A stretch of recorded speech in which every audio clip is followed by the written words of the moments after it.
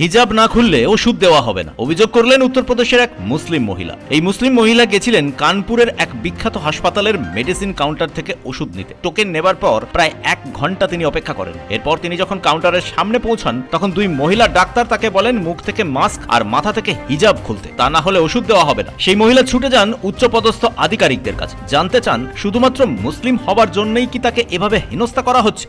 मुरसला में दवाई लेने आए थे तो यहाँ पे डॉक्टर 2 लेडीजें बोल रही हैं कि हिजाब खोल के आओ दवाई लेने। हम अंदर नंबर लगा के आधे 1 घंटे बैठे रहे, उसके बाद बोला जा रहा है कि दवाई लेनी है तो हिजाब खोलो।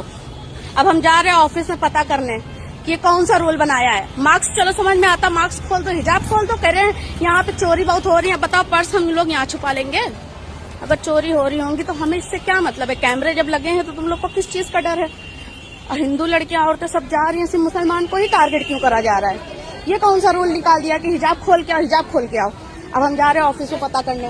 যোগী রাজ্যের এই মুসলিম মহিলা দাবি করেন হিন্দু মেয়ে এবং মহিলাদের ক্ষেত্রে কোনো রকম নিয়ম নেই, তাহলে শুধু শুধু কেন মুসলিমদের নিশানা করা হচ্ছে? এ নিয়ে রীতিমতো সমালোচনার ঝড় উঠেছে। হাসপাতাল কর্তৃপক্ষ অবশ্য এ বিষয়ে এখনো পর্যন্ত কিছু জানায়নি। মহিলার ভিডিও ছড়িয়ে পড়ার পর অনেকেই প্রশ্ন তুলেছেন বিজেপি শাসিত রাজ্যে মুসলিমদের স্বাধীনতা ও নিরাপত্তা কোথায়? ব্যুরো রিপোর্ট, পূবের কলম ডিজিটাল।